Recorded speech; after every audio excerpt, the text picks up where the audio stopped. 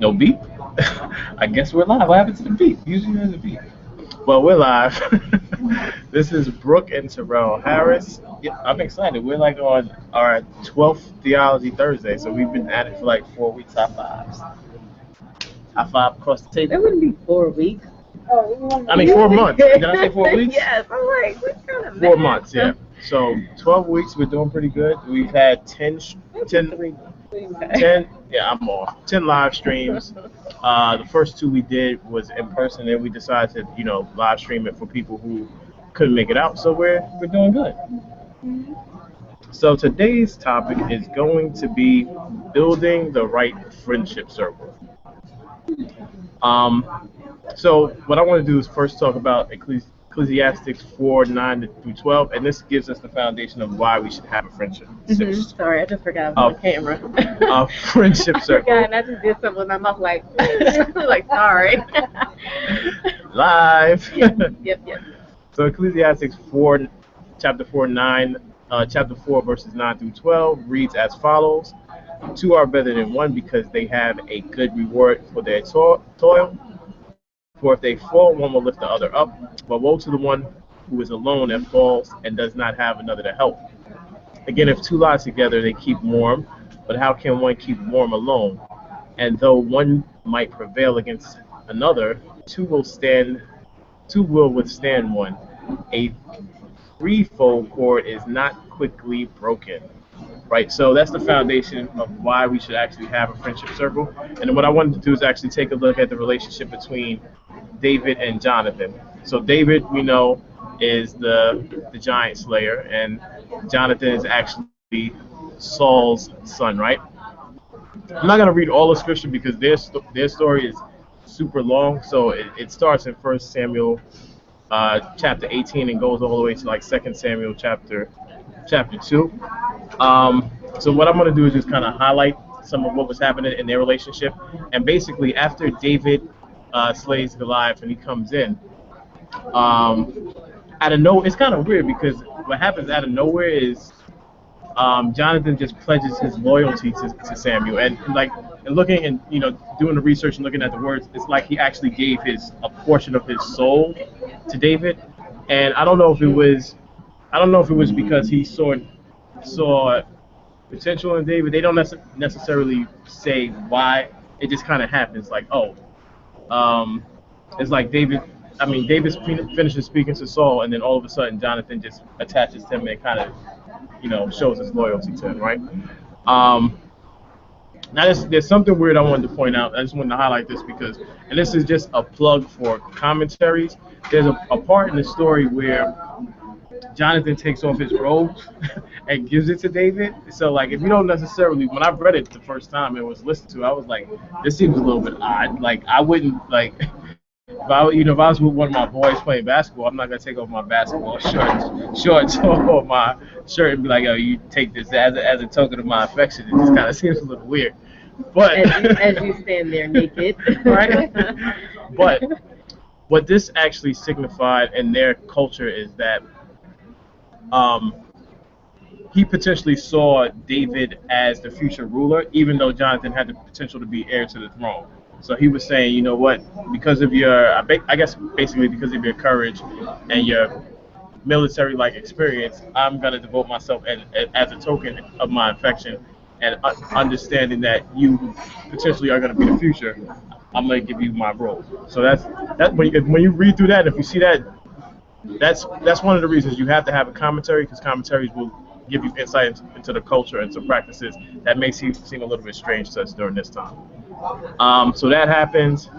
Now, the interesting thing about this relationship between Jonathan and David is he's really not liking David at this particular time. So, like, when David comes back, I think there's these women that are actually singing songs of praise for both of them. But what you notice is that they sing songs of praise for David a little bit more, because they say something like Saul slays like thousands, and then David slays like 10,000. So what actually starts to happen is Saul starts to hate on David, so he kind of pledges to kill him.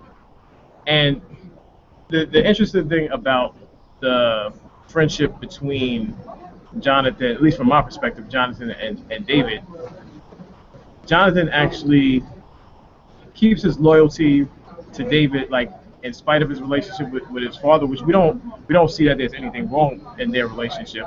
But what he does is he lets David know, like, yo, my pops is gonna try to kill you. Later on in the story, because the story kind of unfolds, later on in the story, Saul finds out that Jonathan informs David of this, and then he throws a spear at him. So it gets real crazy. So like they're at dinner, and they have a conversation, and he knows that Jonathan, told, and he just chucks a spear at him. So like the Old Testament is pretty gangster. Like a lot of crazy things happen in the Old Testament. So that happens. Sounds like that could be a show on OWN. Yeah. Or HBO or something.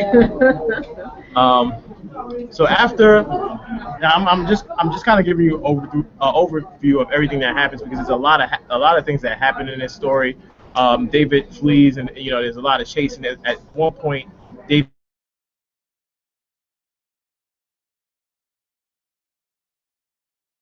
chops a piece of his cape off, or his cloak off, and then later in a face-to-face confrontation, David's like, "I could have killed you," but that doesn't happen. So there's a lot of running around. There's a lot of war and stuff like that.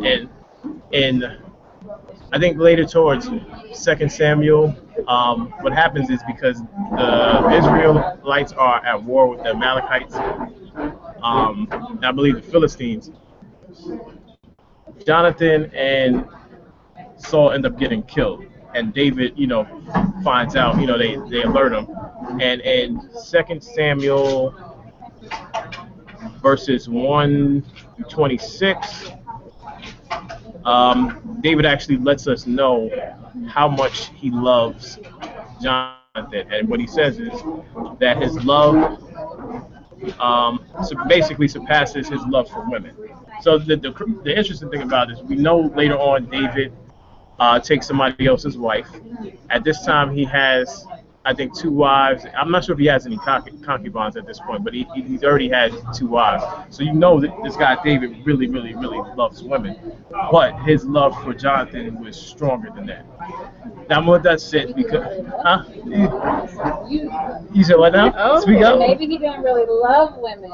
Maybe he was I was gonna say that could be a discussion for a later time, right? Because when I read that, I thought, wait a minute. I like, I love my boys, even my brother. I don't love them more than I love Brooke.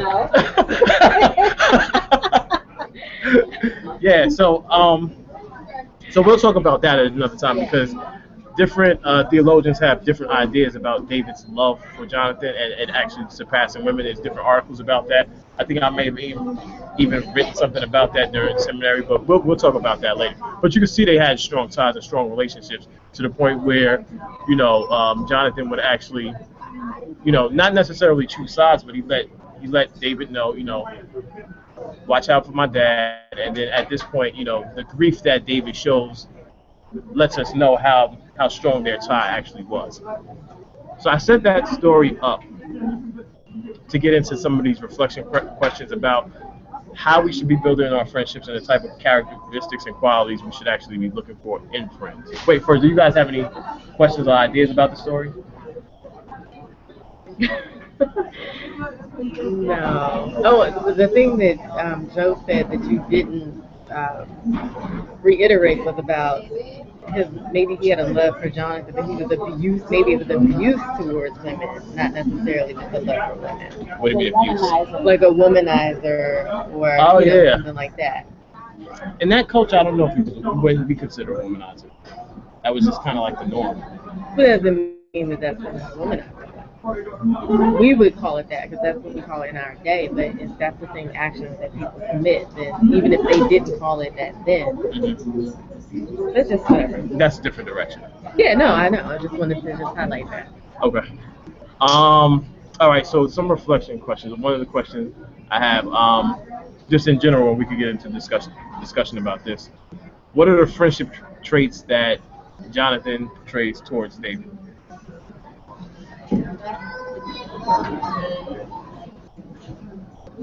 So based on the story, what do you see and Jonathan as a friend towards David? He's open, like open with his communication. Mm-hmm. Yeah, he's open. Anything else?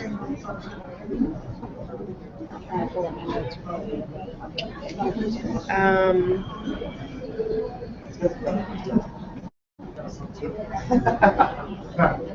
I can't I'll think of dive the in. word. Okay, go ahead. I said he takes a huge risk for David to the point where he actually had to dodge a spear. Like he actually risked his life for David. So I'd say that's a huge friendship characteristic or trait. Taking risks, Taking risk or having somebody's back. potentially sacrifice. Yeah, definitely. Okay, Yeah, because he potentially sacrificed his relationship with his father. right. Even though later on in the story you still see them interacting, but he took the risk to sacrifice his relationship with his own family.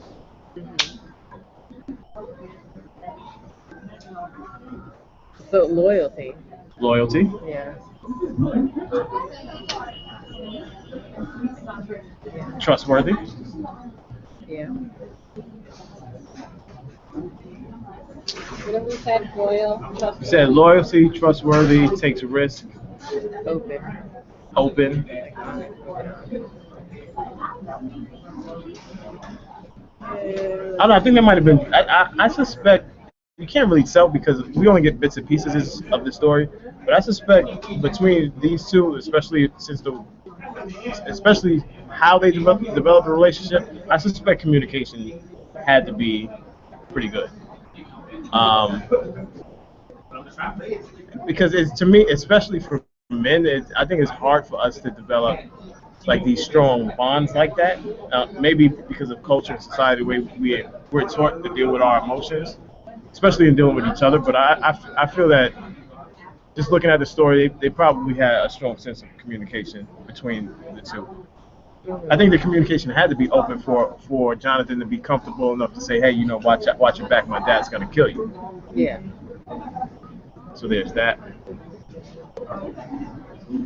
So the next question I have as a follow-up is, what friendship qualities that we didn't mention with Jonathan would you actually want in a friend?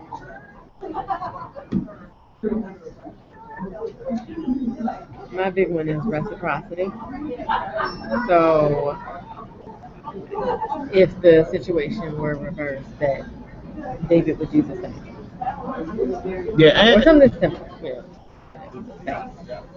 yeah, we don't get that in the story mainly because it's all. I mean, David's on the run a lot of the story, so we don't know how that interaction would have been if Jonathan was actually in trouble or something was happening to Jonathan. So reciprocity is big, I think.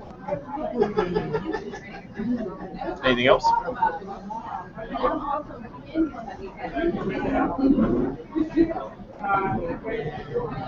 Let's see. So we said open, we Mhm. said trustworthy, Uh-huh. we said, what else did we say? We said open, trustworthy, Loyal. loyal, Mhm. taking risks, sacrificing. So that's all you would want in a friend, and nothing else. No, I'm thinking. I'm Okay. trying to remember what we said.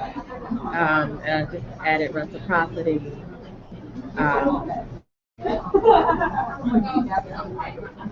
Yeah, openness. I mean, I guess I could add quite a few more. Yeah. What would you add? I would add a big one for me is being able to call each other out on your weaknesses, but also your strengths. Yeah. Someone that can tell you, get yourself together or whatever. So being honest, but also pushing each other to grow. Yeah. Yeah. Yeah, I agree. That's one I think a lot of us want, but do we actually really, really want that? Like, do you really want your friend to call you out? I don't need all of my friends to do that. Maybe one or two. Okay. I think that becomes a tough. I think that becomes a tough one mainly because I sometimes we don't necessarily know how to deal with conflict help in a healthy manner. So we have somebody who's close to us as a friend, challenge us or push us. Sometimes it puts us in a weird position. Although they may want us to do our best or want us to succeed. Like, I think oftentimes, at least for me, critiques are worse when they come from people who are actually close to you. It's like, how can you critique me this hard? And you're supposed to be, my close friend. Yeah, but I think it's also about delivery. Yeah. Delivery and intention, because it doesn't have to be a critique. Like or even if it is a critique, it doesn't have to come across in that negative way. If I'm just saying, hey, you know what, I noticed X, Y, and Z. And I thought, based on what you said about your goal with ABC, that you wouldn't go in that direction. Mm-hmm. So whatever. But like, as opposed to saying, you got some nerve to be doing blah blah blah blah, and that's different. Like, it's two totally different approaches. Yeah. So yeah, I agree with Joe that I think I don't need everybody and their mama to do it. But you do want to have at least one person in your life doing that, because otherwise, if nobody's doing that, you only have yourself, and if you don't have a good sense of awareness and all that, you're just going to be stuck. Like, a lot of it, not even know. I don't think a lot of us have a good sense of awareness. Well, I can't speak for people watching, but having a sense of awareness takes a long time to develop, and I don't think we're actually taught to have a sense of awareness. Not real deep to where you could actually just live and exist by yourself and not actually have friends around you. Right. Tara was watching, and she said, Hey, Tara. Hey, Tara. She said encouraging. Friend who's encouraging. Encouraging. Yeah. All right, so I'm gonna read some of the ones off of Facebook. Got Just like uber loud. they playing spades back there or something. All right, so I queried Facebook the other day just to figure out, some of the qualities. Trusting, truthful, supportive, accepting, likable.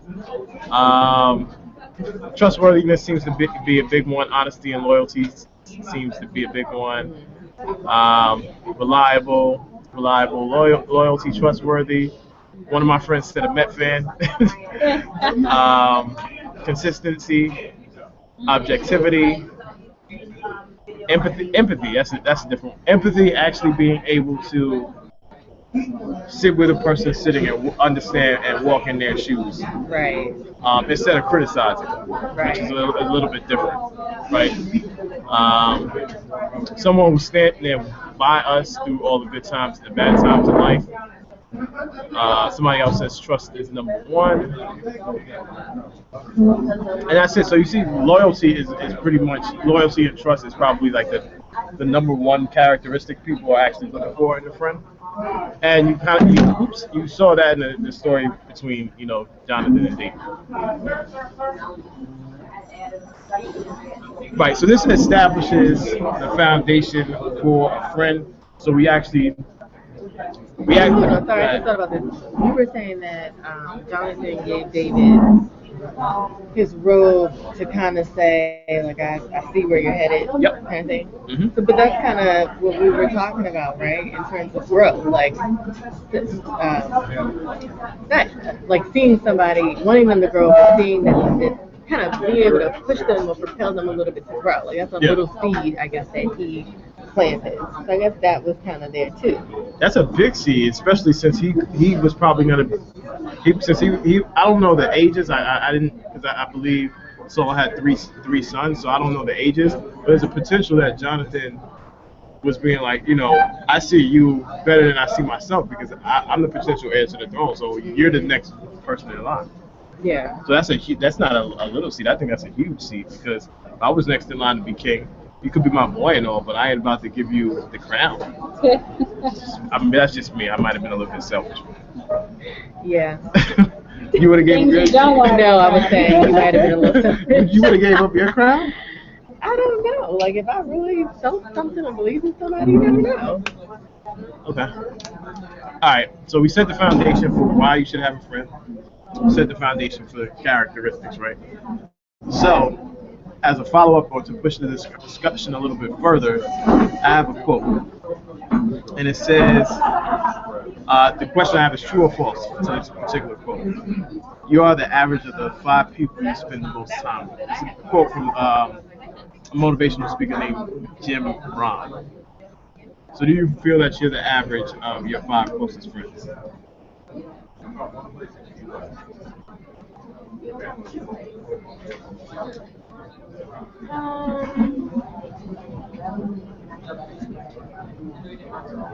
Yeah, sure. Say more. I mean, you think you are? Do you think yeah? Do you so to follow up to that? Do you think your friendship circle pushes you? In some ways, yeah. How so?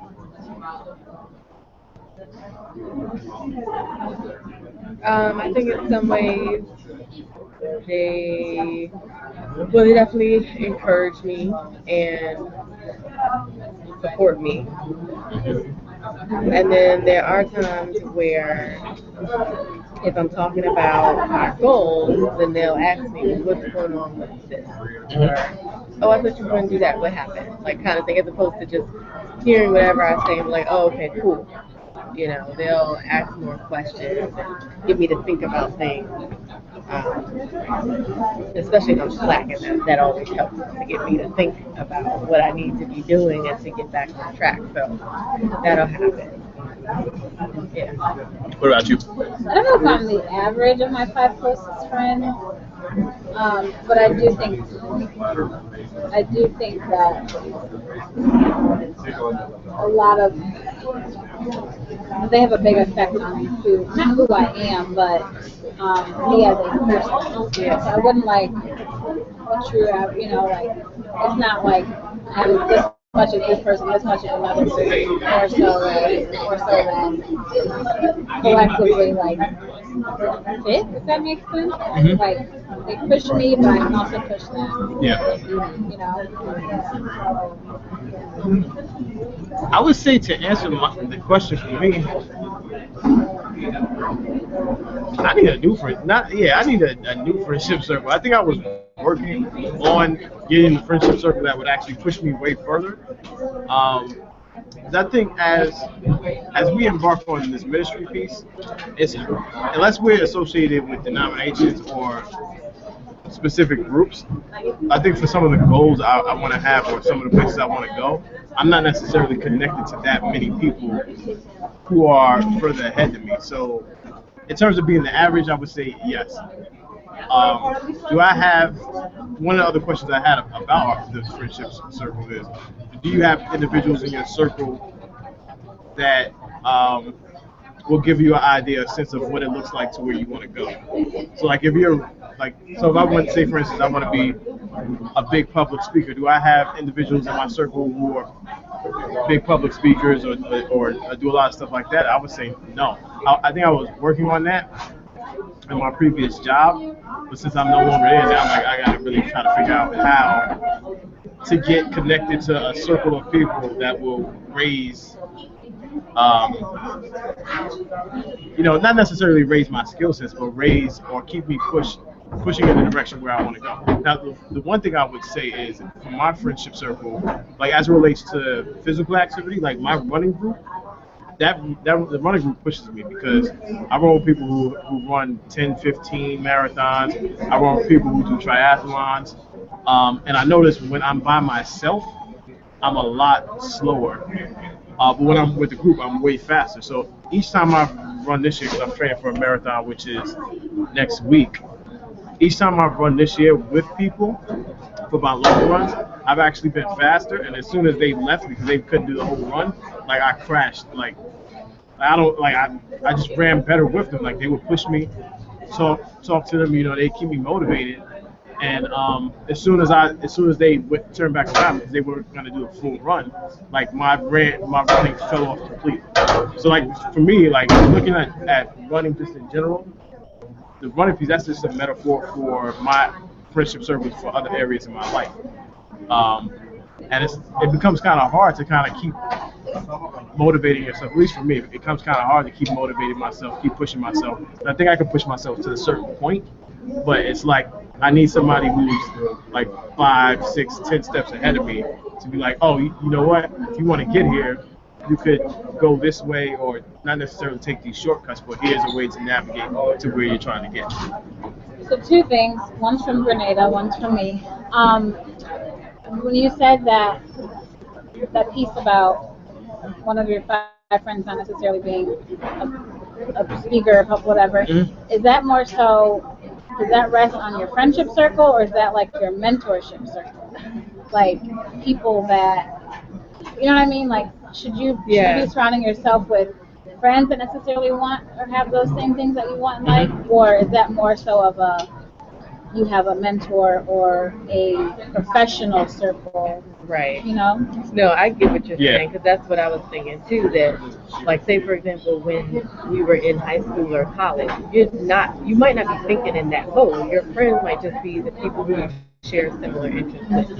You can still push each other to grow or not, depending. But when you talk about, like, when you talk about your running, it sounded more like about goal setting or vision or something like that. And even if we have certain friends now, their visions in life might be so different that we might not mesh in certain ways, but we're still friends. So maybe if you're talking about professionally, maybe that's a different group. No, I get that. Not for me. I'd rather have a friend than a mentor. I think because just for me, I'd rather have. So, like, say for instance, as it relates to ministry, would I rather have a pastor that's a mentor or a pastor that's a friend? I'd rather have a pastor that's a friend. Mentor, I think mentorship is a little bit structured. Sometimes a little bit structured in business and stuff like that. I'd rather have a full-fledged relationship with somebody that could not just school me on ministry stuff, but just general life stuff. I think it could be either one, though. It can be. No, it can be. But I'm just saying my personal preference. For you, but I think, like, for me, if there's someone who I'm like, oh man, she's such a great coach or speaker, I don't know that I necessarily need to be her personal friend. Yeah. Which doesn't mean that I won't know things about her, which doesn't mean we can't be acquaintances or something like that, or have coffee, whatever. But I'm probably there to learn from her, and she'll still learn from me in ways too, so it's still a little bit different. So I feel like it could be both, or both and whatever. It can be. It can be. What was the second thing? It wasn't mine. Oh, sorry. For sure, at times we share characteristics, loyalty, trustworthy, etc. I don't know if my five closest friends average me all the time. For instance, the depth of our shared qualities vary. So you might have something, I guess, common, but you're not, it's not a deep thing. Yeah, I had to be honest until recently, because I hadn't heard this quote until maybe about a year or two ago. I had never really thought about my friendship circle, and even how do I want to say this? People always tell you watch you hang with and stuff like that because, and it's usually from the perspective of don't hang with people who are negative because chances are you'll get in the same type of trouble they'll get into. Birds of a feather flock together. Parents specifically do that because they care for you and they want you to not get in trouble, but they never flip it and say, hey, hang with these positive people because that can get you to a certain place. So it's like they give the negative aspect. It's like don't hang with these individuals because you'll get in trouble, but it's never like hang with these individuals because you'll do great things. Oh yeah. So I think we hear it, but I've never heard it from the positive perspective or the positive side. Okay. Yeah. All right. So one, to me, the most, from my perspective, the most powerful example of this friendship circle, at least the only circle dynamic I can find, is the easiest one to find, is Jesus and the disciples, right?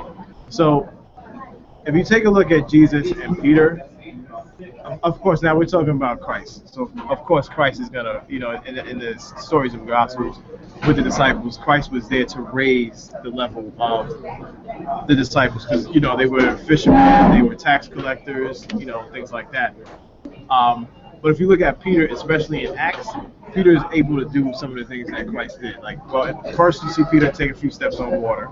But then in Acts, you'll see Peter heal people.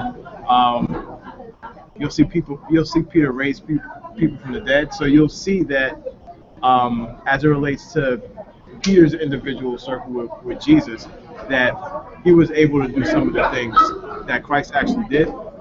So I think that gives us a good biblical example of having someone around you who will raise your standards and raise the level of what you potentially can be. So there's that. And then, so finally, what happened? Man, No, you got I was something? just thinking. No, sorry. I was just thinking about us talking about having somebody who's a friend and mentor, or having it kind of separate. And for Jesus and the disciples, I suspect that it could have been a little separate, because you had a few who might have been a little closer to Jesus than the other ones were. So that would be a difference in how they're relating to one another. So to me, it's kind of unclear on just what level of relationship, how deep it went in some ways. Because Jesus, of course, taught them, and he was teaching them ministry and teaching them all these different things.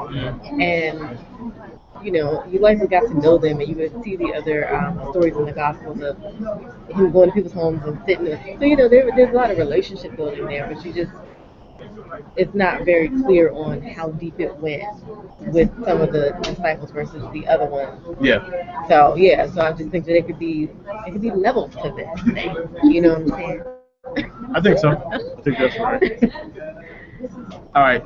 So the final section or discussion is, how exactly do we go about identifying our friendship circles? And I credit this to a website I came across called professionalexcellence.co. So, and this gives... Personal excellence. Oh, I don't have my glasses. They're right there, buddy. I should put these glasses on. Personalexcellence.co, right? But this gives us the instructions and the layout for forming our friendship circles. And the first thing it says that we should do is, it gives us a series of questions we need to ask ourselves. The first thing is, who are the 5 people you spend the most time with? Right? So we talked about, these are just reflection questions for yourself. So we don't necessarily have to answer these now because it'll take a little bit of time. But you want to know the 5 people you spend the most time with, write that out. And then the next question you want to ask yourself is, what kind of person do you want to become? And, right? I like that question. So what kind of person do you want to become? Who are the 5 people you spend the most time with? The next question you want to ask yourself, and this is particularly about the people you spend the most time with, is, do these 5 people match who you want to become in the future? Or do any of them match who you want to become in the future? Good question. If none of these people match who you want to become in the future, the next question is, who are the people that embody qualities you desire? So now you have to start to identify people who basically embody, how you see your future self. And finally, how can you develop relationships with these individuals who embody the characteristics you desire? Okay. Uh-oh, I heard a sigh. What was She that? did sigh. While she's thinking, I would say the second to last question about, pull it up again so I can get it off the top. Who are the people that embody the qualities that you desire? But if I don't know them, how do I know they actually embody those qualities?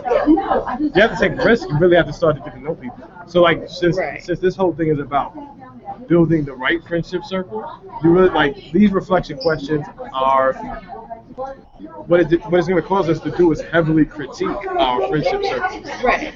No, I get that piece from really looking at who's in your life. Who do you want to be, and how are these people a reflection of who you want to be? But when they say, who are the people that embody who you want to be, you're kind of going off of something that might not totally be true.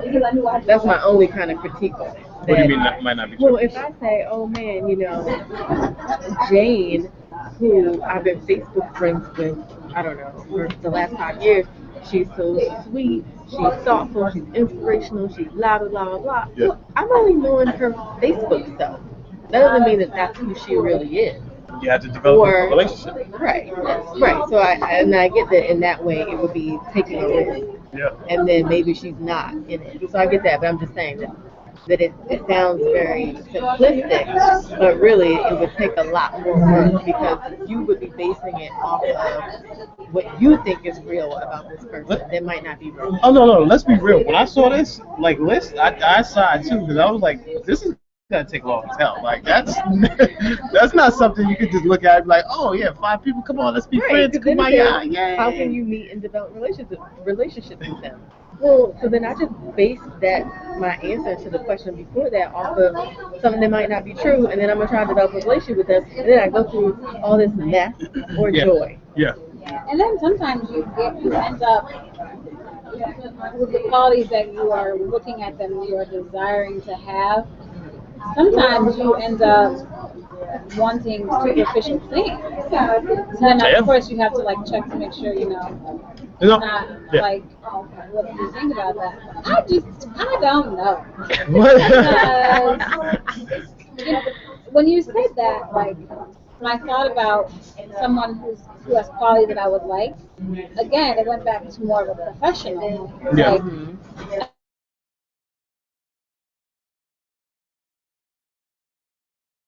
truthfulness type of qualities in my friends that I do like, Right. or like would like to be more of. But I don't know. Maybe I just like my friends too much. I don't think Well, nobody. But that's the thing. That's the thing. Nobody's saying that you have to destroy your friendship circles, but there could be a second circle that you start to develop for a different purpose. Yeah, yeah, and that's what I think is the difference in what I was saying, that there could be different types, because it almost sounds like we're talking about one friendship circle, but really that's not the case.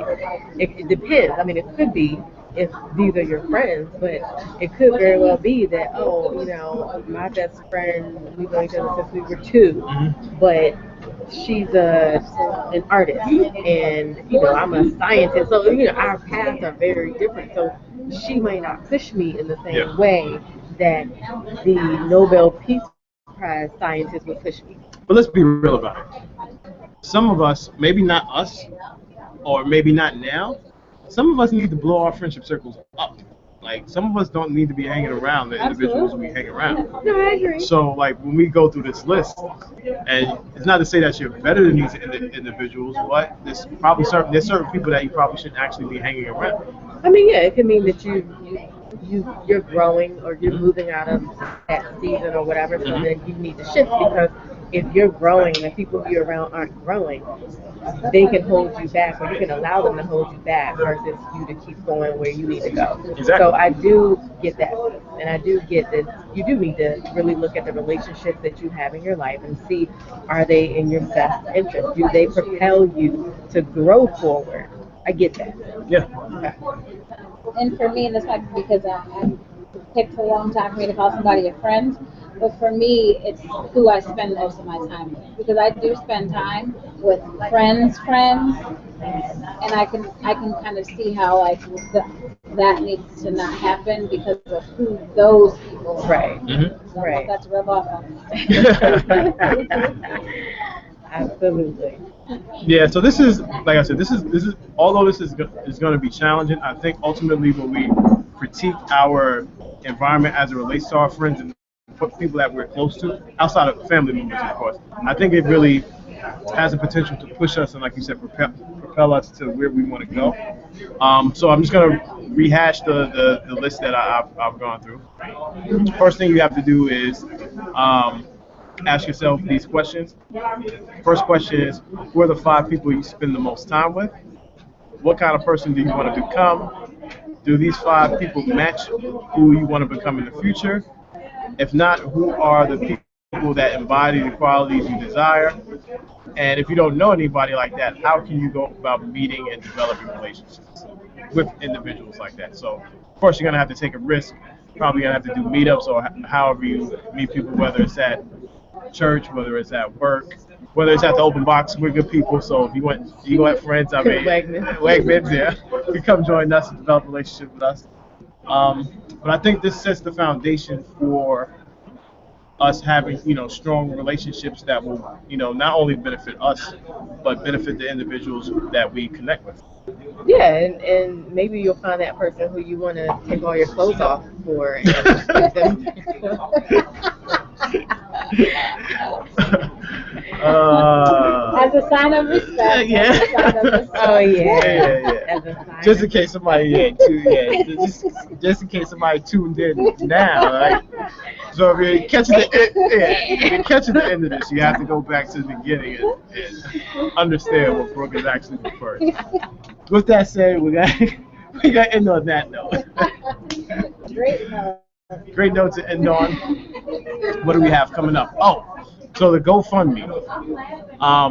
We're like 90% to our goal. I think we're at $415. For those who don't know, we're raising $450 to provide 150 toiletry bags to the homeless individuals we serve in the DC community once a month.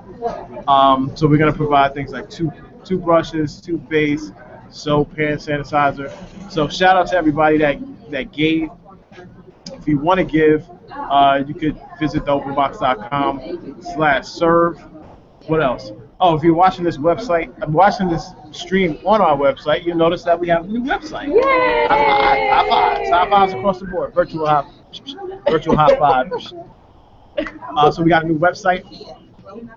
And that's it. That's all I want to say now. There's some other big things that are going to be coming up, but I'll shoot some videos and we'll let you know about that stuff later. Anything else? Anything else? So that is it. I am Terrell Harris. This is Brooke Harris. and off camera is. Joey Fakami, Joe, whatever. You can reach me on Twitter at Mr. Terrell Harris, at Land of Brook, at Loco_Joko. Peace and blessings. Be sure to watch this. You can watch it anytime on the website. There's a Theology Thursday archive. And please share. And also come out. Join us. Summertime is ending, so there's no excuses. Now, a lot of you guys might have been vacationing and partying and stuff like that. And I get it. Now you can actually join us in person. Peace and blessings. Have a good one.